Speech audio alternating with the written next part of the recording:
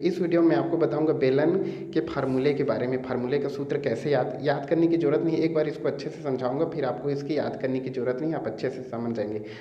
आप सबसे पहले मेरे चैनल सब्सक्राइब कर लीजिए और बेल आइकन को दबा दीजिए। चलिए इस वीडियो की शुरुआत करते हैं। देखते हैं बेलन की वक्र पृष्ठ, संपूर्ण पृष्ठ और आयतन को एक बार में समझने की कोशिश करते हैं। चलिए देखते हैं बेलन होता क्या है। सबसे पहले बेलन के बारे में जान लेते हैं। बेलन, देखिए बेलन क्या होता है, सिलेंडर बोलते हैं इसको।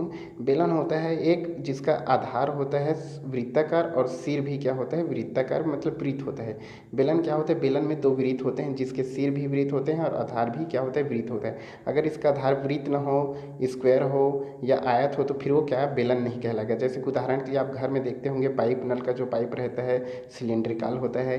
केन देखे होंगे, जितने भी केन आते हैं, दूध वाला केन और दूध पाउडर वाला डिब्बा जो अमूल का आता है, वो भी क्या होता है एक प्रकार का बेलन ही होता है। तो आप बेलन ये जान लीजिए कि उसका जो सिर होता है वो भी एक वृत्ताकार में होता है, उसका आधार भी एक वृत्ताकार में होता है।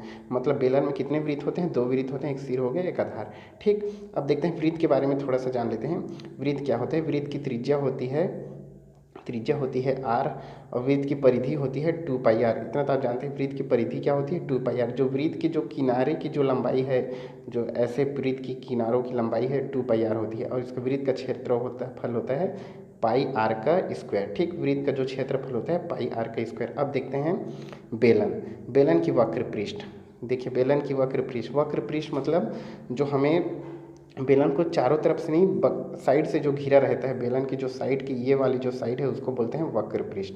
ऊपर के सिर, ऊपर और नीचे को छोड़कर ये जो साइड वाली को बोलते हैं वक्र पृष्ठ। अब देखिए इसकी क्षेत्रफल क्या होती है वक्र पृष्ठ। तो देखिए बेलन क्या होता है, एक समझ लीजिए ऐसे बेलन है, उसकी ऊंचाई क्या है h है। ठीक, अब हम लोग बेलन को क्या करेंगे, ऐसे नीचे से कैंची से काटेंगे। ठीक, बेलन को एक बार काटेंगे तो इस प्रकार की फॉर्म में मिलेगी हमें बेलन।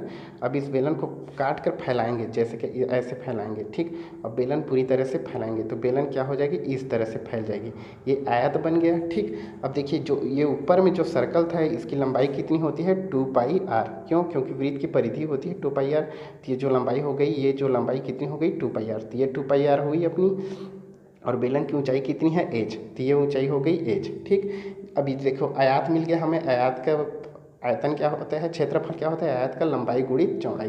तो ये देखिए इसकी लंबाई कितनी हो गई 2πr। ये 2πr कैसे लंबाई, क्योंकि हमें पता है वृत्त की परिधि कितनी होती है 2πr और ऊंचाई दिया रहता है h। ये देखिए ऊंचाई है h।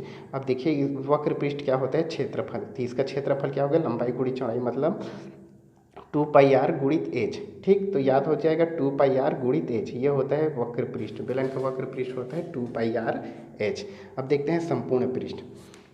तो संपूर्ण पृष्ठ में क्या हो जाता है, संपूर्ण पृष्ठ में ये जो वक्र पृष्ठ रहता है साथ में प्लस में ये जो ऊपर का वृत्त रहता है और जो नीचे का वृत्त रहता है, ये दोनों क्या हो जाते हैं जुड़ जाते हैं। संपूर्ण मतलब पूरा पृष्ठ, चारों तरफ का पृष्ठ हो जाता है। तो देखिए वक्र पृष्ठ हम लोग निकाल लिए थे। अब ये ऊपर का जो वृत्त था और नीचे का दो वृत्त था, दो वृत्त हो गए। अब दो वृत्त जोड़ देंगे, ये उसका हो जाएगा फार्मूला। तो देखिए वक्र पृष्ठ कितना हुआ 2πrh। ठीक, और दो वृत्त हैं तो पहला वृत्त का क्षेत्रफल πr², दूसरे वृत्त का क्षेत्रफल πr²। अभी बताया वृत्त का क्षेत्रफल कितना आता है πr²।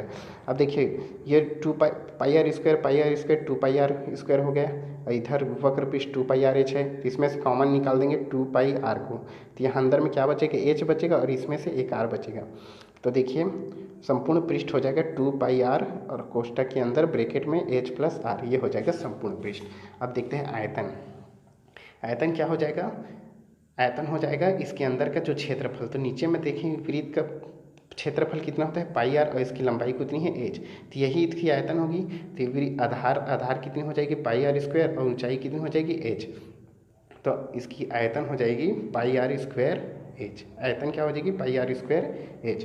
इस वीडियो में इतना ही दोस्तों।